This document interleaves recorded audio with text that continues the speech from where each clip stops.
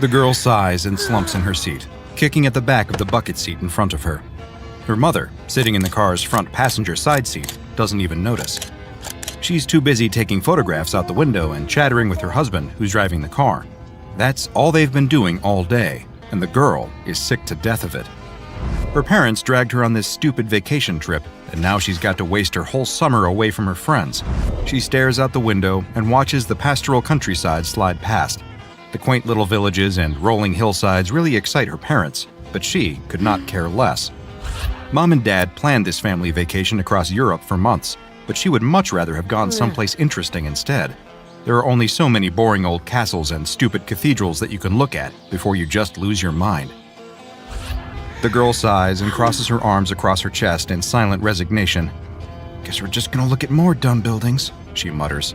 "Honey, can you stop that? Your father worked really hard to put this trip together, and the least you could do is pretend to have a good time," says her mother, momentarily lowering her camera to berate her ungrateful daughter. Huh? It's the first time that her mother has acknowledged her all day. "I think you're really gonna like today's itinerary," says her father, grinning as if he's got a delicious secret that he can't wait to share. "We know it's been hard for you spending your whole summer away from home, so today we're gonna do something just for you." "Uh-huh," says the girl. "Sure, Dad." She rolls her eyes and pulls out a cell phone. At least she can still get internet access out here. Desperate for something to distract her from the monotony of this car trip, she quickly scrolls through her feed and reads all the notes that her friends back home are posting. She frowns. Her classmates are all posting about the latest blockbuster film in the girl's favorite media franchise, Vampire Boyfriend. She grits her teeth. She likes to consider herself a Vampire Boyfriend superfan. She's a well-known poster in the Vampire Boyfriend online community, famous for her fanfiction, as well as her own original character, Vampire Girlfriend. In fact, her writing is somewhat controversial. A lot of Vampire Boyfriend purists have accused her character Vampire Girlfriend of being a Mary Sue, and they object to her stories where a Vampire Boyfriend meets and falls madly in love with her, to the point that he forgets his canon lover from the film series, Vampire Wife. She's annoyed to see that her friends got to see the new Vampire Boyfriend movie on opening night, while she's stuck out here on this stupid family vacation. The movie won't premiere in Europe for another few months, and there's no way she's going to be able to avoid spoilers for that long. Everything about this situation seems tailor-made to irritate her, and the excited giggles of her parents in the front of the car as they exchange knowing glances are only annoying her more. "Trust me, you're gonna love this," says her father again. He peers at an unfolded road map in his lap, mutters something under his breath, and turns the car off the main highway and onto a narrow gravel road. The girl grits her teeth as the car rattles over the uneven ground so hard that it nearly jostles her cell phone from her grasp. She tries to distract herself by typing some notes to herself, plot points for the latest Vampire Boyfriend fanfiction that she's working on. In her new story, Vampire Girlfriend is going to be kidnapped by werewolves, leading Vampire Boyfriend to have an existential crisis as he struggles to find meaning in a world without his beloved. She makes a note that Vampire Girlfriend should look, dress, and talk just like her. After all, she imagines, wouldn't she be the perfect match for Vampire Boyfriend? She pauses, a momentary dreamy expression on her face, as she imagines how much better a weekend together with Vampire Boyfriend would be compared to this boring car trip. "This can't be right," mumbles her father, scanning the horizon. "But the directions said..." Suddenly he brightens up. "Oh, there it is! Playland!" The girl cranes her neck to see that the car is fast approaching what appears to be a little carnival at the end of the road. She rolls her eyes. Oh, great. Of course her parents would take her here. First, they bore her with endless visits to museums and historical sites, and now, when they want to make it all up to her, they take her to a carnival for babies. She's not a kid anymore, but her parents still think that this sort of goofy nonsense should excite her. "I know you've been bored going to all the historical sites with us, Honey Pumpkin," says her father as he pulls the car into a parking spot and applies the brake. "That's why I asked the hotel concierge if there was anything good around here for kids. And wouldn't you know it, the next morning, what did I find shoved under our door? 3 free tickets."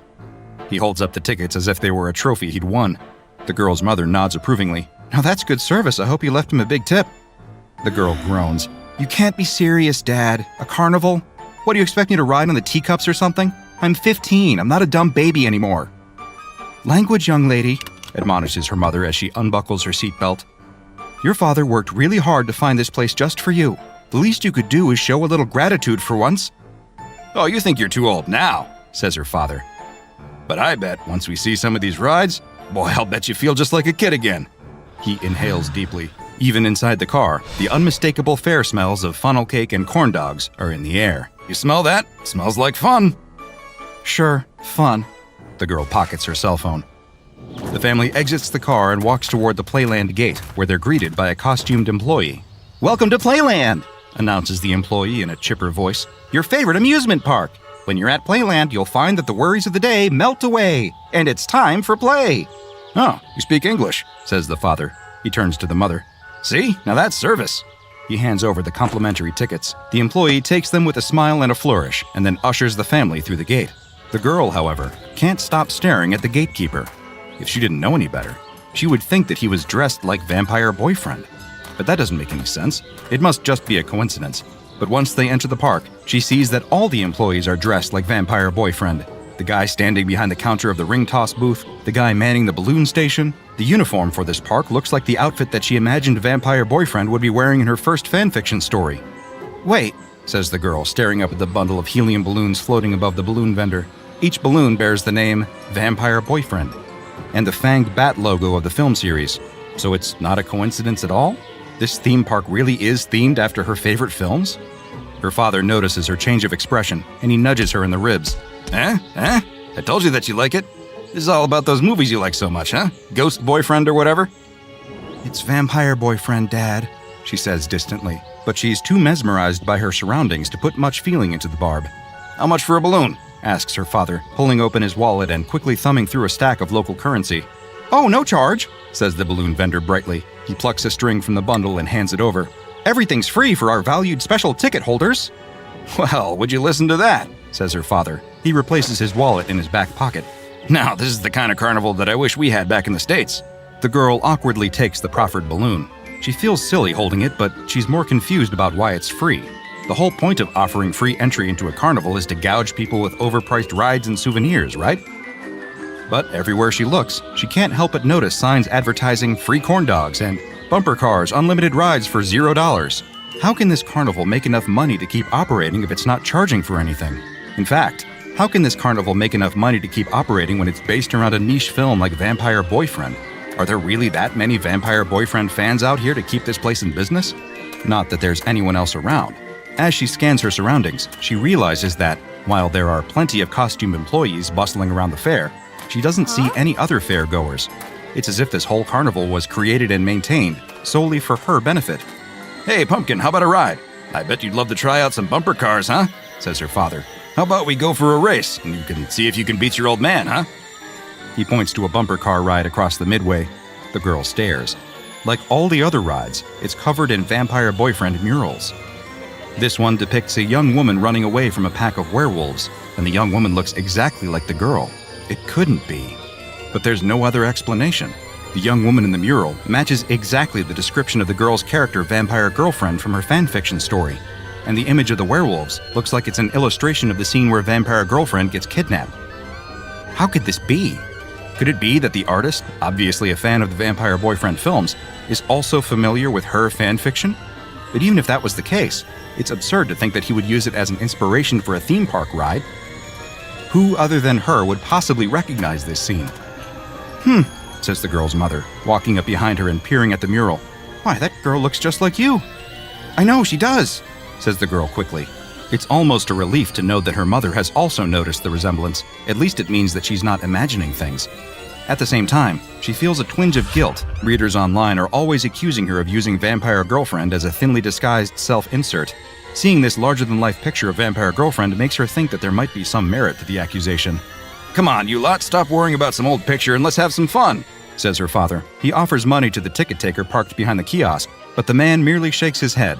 "Your money is no good here, sir," says the ticket taker. "The bumper cars are free for our favored guests today." Their father clambers into the rink and ambles toward a bumper car. Her mother tugs at the girl's arm as if to encourage her to join in, but the girl resists. "Come on, what's gotten into you?" says her mother. "This place is just weird," says the girl. "Like, half of the stuff here isn't even from the official Vampire Boyfriend lore. It's all stuff that I made up for my stories." Her mother rolls her eyes in annoyance. "Really? We go to all this trouble to find something that you would like to do, and all you want to do is complain?" "I'm sorry, ma'am. Is there some problem here?" The family is startled as another employee walks up to them. He's also dressed like Vampire Boyfriend, and a wide smile is plastered across his face. You folks look like you're upset about something." "You're damn right I'm upset about something," yells the girl. In her rage, she throws her drink at the employee. He barely reacts as the cup explodes against his chest, dousing him with sticky soda. "What's going on here? Where did you hear about Vampire Girlfriend?"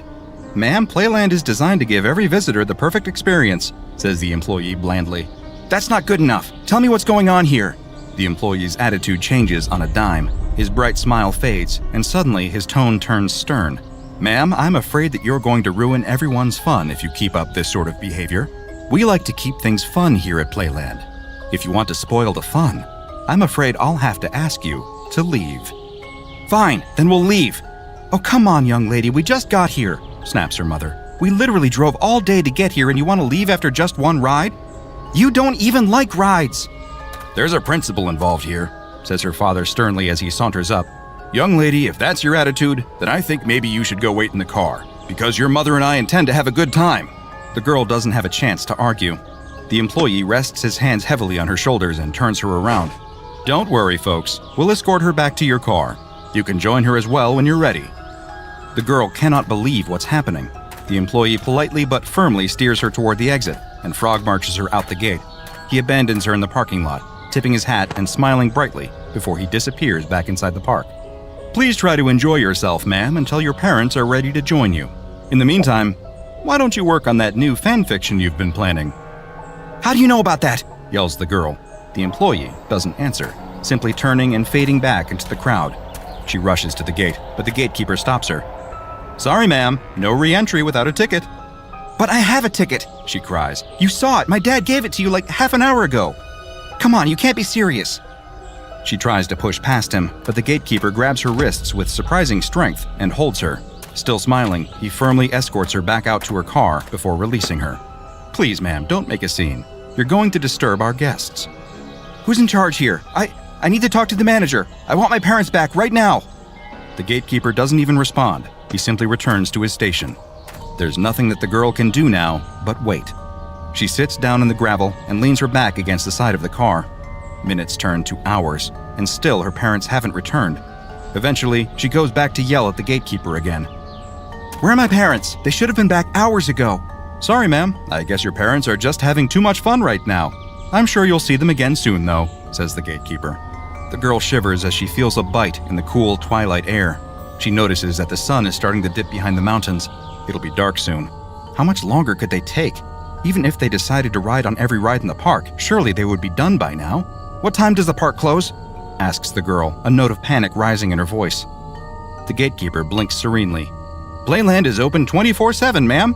We're always here when you want to play." The girl feels the color drain from her face as she ponders the possibilities.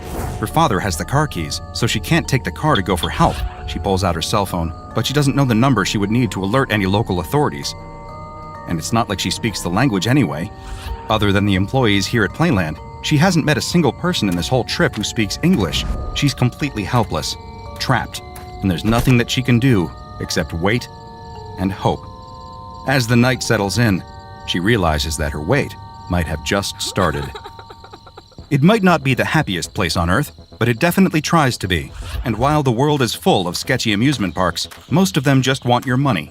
The amusement park known as SCP-1357, however, genuinely wants you to have a good time.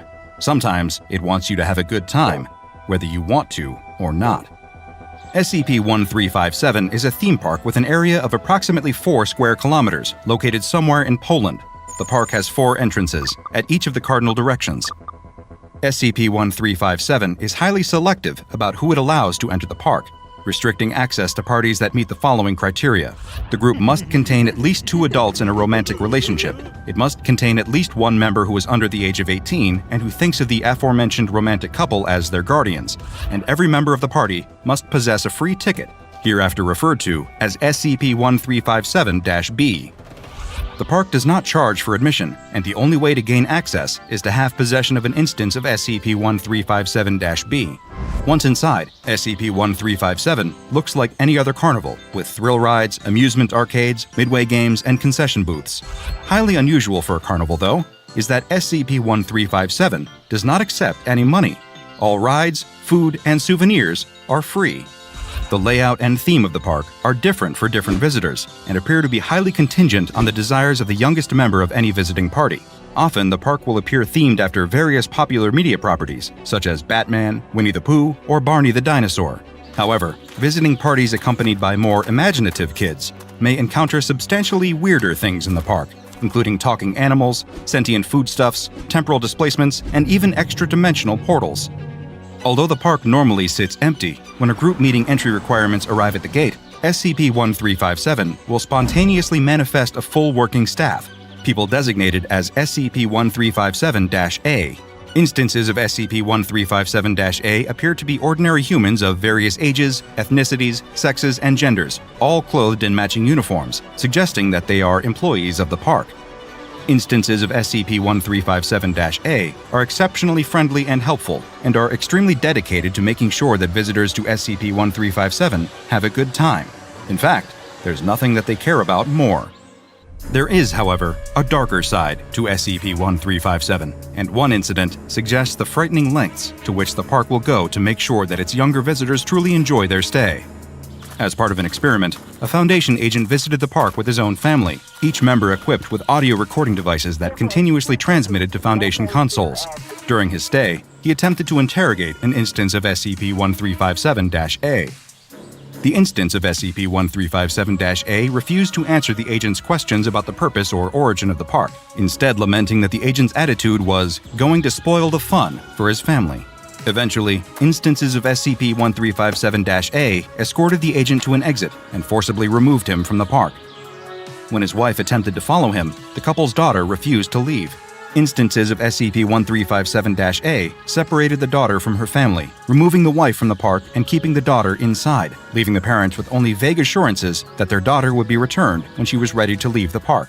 Attempts to forcibly recover the daughter proved futile, and even a well-armed rescue team was unable to overcome the seemingly infinite numbers of SCP-1357-A that SCP-1357 manifested to protect itself.